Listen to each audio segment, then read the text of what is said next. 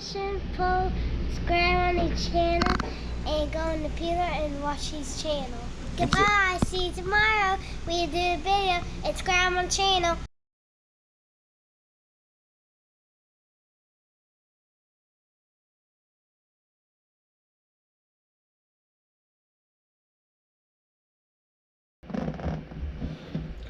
What's going on, folks? Welcome back to Guy with the GoPro Fishing Show, and this is going to be episode 139, the frustrations of going into the fall transition.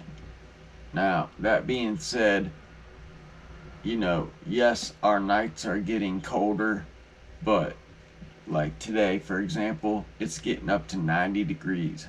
I was out there trying to fish at 9:30 in the morning, and I couldn't even stand in the direct sunlight because it was that hot. Like, I could feel my camera getting hot, and we all know how bad heat is for electronics. So I just said, whoosh, shoot, I will go back out later, early evening, and try to catch frog bass or something. I'll hike back in through Little Vietnam and get after one of them big ones. But there's a couple notes I got written down here to make this part of our fishing season a little bit easier. Now, until we go into hardcore fall where we can throw lipless and cover a bunch of water and just wear them out on moving baits and all that fun stuff, it's going to be tough. You're going to want to go back to basics. You're going to want to really pay attention to certain details, and a lot of them are the S's, where it comes to slowing down, where it comes to size, and it also comes to slimming down. Okay, so beginning with one that I like to throw throughout this time period and then into the fall and winter. I mean, I throw them year round, but I'm talking about a jerkbait. Now, you might think about your Vision 110s and your KVD 110s and all that other stuff. I'm not talking about those jerkbaits. I'm talking about more of the borderline finessey stuff where you could either throw them on a spinning rod or you can throw them on a casting rod. This is the Megabass Trick Darter. It is a bad dude. It's only about, 3.5 inches long. It has a maximum diving depth of maybe 4 foot, on a long cast. But if you look at the lip, there is a cup in the lip, and that causes this bait to do things that other jerk baits don't. It has a action that is unique to itself, and when you are matching the size of the bait fish that's in the water, this little dude right here cannot be beat. This is the only one I got. I couldn't even tell you what color it is. It's like a shad, the red veiny color, because it's got some purple. There's a hint of chartreuse along the back here. And then it's got like a matte finish. It's not shiny by any means. So although I am stressing that you got to slow down, you still want to move this thing around. You still want to get it going, but not as fast as you would in the heart of the summer, let's say. Just when they're not wanting to pursue a square bill that's coming flying by, and they want some dying bait fish, easy meal, something tantalizing like that. This little dude right here can't be beat. So check it out. Ooh.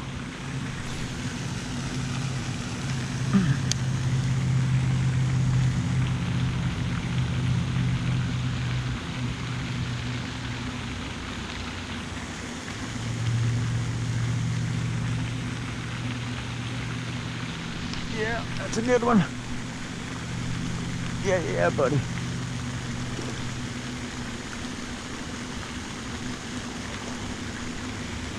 Get up here, yeah! About dang time. Hey man, what's going on? What's going on? You was eating that, wasn't ya? You was eating that one, wasn't ya? You was eating that, dude. Yes, you were. You weren't getting away from them nano trebles either.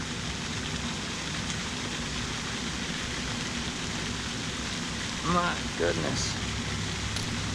Japanese hook, dude. Japanese craftsmanship. Look at this porker. He is trying to eat, man. Look at that gut. Cool. Ready to go, little dude? Alright, alright. Cool. Alright guys, the next thing I want to talk about is slimming down. Especially when it comes to your worms. Alright, by this time of the year, they've done seen every Senko, stick bait, whatever you want to call it, Yumdinger, from the 4 inches to the, you know, even smaller than that, to the big fat 6 inch, and then every 5 inch in every color by every company. They've seen them all, whether it's wacky rigged, whether it's, you know, traditionally rigged. That's why this time of year I really like to throw the Roboworm. This color right here is called Erhlers Edge. It is designed by, you know, the color scheme was designed by Brent Erler, and I have it on the 3/16 David Dudley shaky head. And what I like to do with this bait is I like to keep it maintaining as much bottom contact as I can. I'm not really nose hooking them on drop shots. If I don't have it on a shaky head, I'll have it on just a regular old, you know, really light wire worm hook with an unpegged worm weight, depending on, mostly unpegged since I'll be fishing mostly open water. Because another thing you want to keep in mind is that when the vegetation is dying off, those bass are going to move away from there because that vegetation is no longer giving off any type of oxygen. It's dying. They're going to go away from that. They're going to find some hard bottom, whether that's rock or wood or the vegetation that's still alive in the water. So think about slimming down your profiles on your worms. You could throw the 4.5 inch Roboworm, the 6 inch Roboworm. You could throw the Berkley bottom popper. You could throw, you know, just a thinner worm tends to work a lot better for me. A straight tail, even the Zoom trick worm, you know, will come into play again this time of year. So check it out.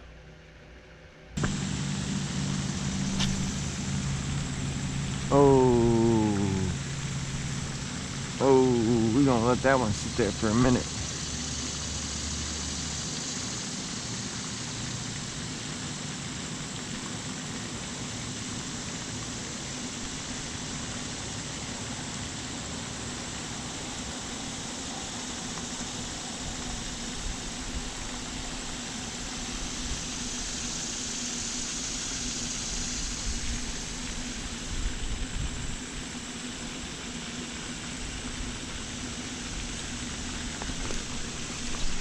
Yep. Yes, sir. Yes, sir. Roboworm. Yes, sir. Hey, little man. That's why I use these light wire hooks. This is a Gamakatsu Superline.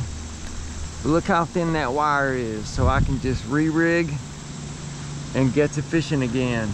You see that? That is important when you're using a thin bodied straight tail worm to begin with, because you ain't got much meat to work with. You know what I mean? So he's feisty. He's a good hunter. Docks oriented in the shade lines and in the docks. We got some wind picking up. We got some cloud cover. Yes, sir. Thank you for playing along, little buddy. Thank you. All right, all right, all right. I know it. Ready?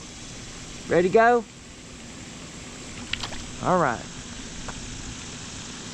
And he gracefully swam away. All right, and finally, guys, to make things a little bit easier to maybe catch some more fish, is to go smaller in size. And what I mean by that is take your swim jig here. Now, how many of us just grab a 3/8 swim jig and a boot tail and head to the water? I know I do. Sometimes I'll even grab a 1/2 ounce with a 4.3 on the back of it and head to the water. Yep, I'm guilty of that one too. But guess what? I haven't been getting bit on any of that stuff. I haven't been getting bit on any boot tail stuff. If you notice, any of the last of my swim jig catches have had some type of craw or pincher trailer on it. And this is a 1/4 ounce Terminator swim jig that I put together. I took the skirt off because I didn't really care for the color, and I put on a new skirt, and I put on, once again, the Bass Pro Shops Riverbug, just to try to give us that look of a bluegill, you know, something darker as far as your skirt. And with that sapphire blue, I don't think you can go wrong. You know, as long as you remember to pull the pinches apart just to get some type of water displacement as you're, you know, fishing this like a traditional swim jig. There's a time and a place where going lighter really pays off, and in this instance, it did. Now, none of these fish are the biggest fish, but the point I'm trying to make here is that if you really put some thought into it and throw some baits that might not be your favorite baits to throw, but you really gotta you know, dig through the box and pull out some stuff that isn't in your normal repertoire. You know, this is a hard time of year to fish, so I'm just trying to share with you some tips that have been helping me during this struggle, because the struggle is real. So check this out.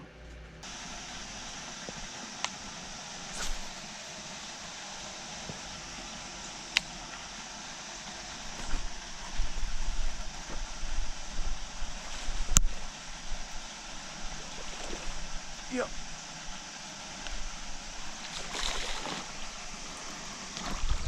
River bug, all right. Hey, dude. Hey, dude. What's up, man? Darker colors working in the morning. You thought that was a bluegill, didn't ya? He hit it as soon as it hit the water. Hey, little dude, thanks for the good fight, buddy. What you been eating, man? Anything good? Huh? Here you go. All right, the Terminator and the river bug. It's one thing about these 1/4 ounce swim jigs, man. Everybody throws 3/8 and stuff, and it just gives it a slower rate of fall. This is one I put together. This is actually a skirt off of probably a buzz bait. And then I just put the blue Sapphire blue river bug on there to throw something different than the old boot tail. You know, everybody throws a boot tail. Alright, cool. Happy. Alright guys, well, I hope that you enjoyed the episode. I hope that the information was informative enough for you guys to be able to apply it to your fishing and help you get some more fish either in the boat or on the bank. Just, you know, it's a rough time of year until we make that full transition into fall, where we can start covering water, where I can get the lipless box out and the jerkbait box out and the finesse swim bait box out and just get to, you know, covering water. Fall is one of my favorite times of year, but the transition from summer to fall is one of the times where I've actually went 2 weeks without a bite before, because I just didn't know. I was trying to force techniques down these fish's throats, and I wasn't willing to go outside my strong suits and throw something that I had little confidence in. But it's all a learning experience, and I hope you guys, you know, gained a little bit of knowledge to help you catch more fish this time of year, because the struggle is real, guys. It's a tough time right now. So, you know, back to basics, downsize your baits, throw some, you know, skinny worms, and you know, try to find hard bottom and stay away from that vegetation or the cheese mat that looks like it is dying and is or already dead, because them bass are not going to be there. They're going to be gone because there's no reason for them to be there. No oxygen means no plankton, means no bait fish, means no predator fish. So that being said, y'all, I hope you all enjoyed the episode. It's still the 21st, so we still have 30 days in this month to do the drawing. Make sure to go back into that episode and leave hashtag LuckyCraft to win the square bill and the lipless. That being said, y'all, this is Guy with the GoPro Fishing Show. Out for now, but just for now.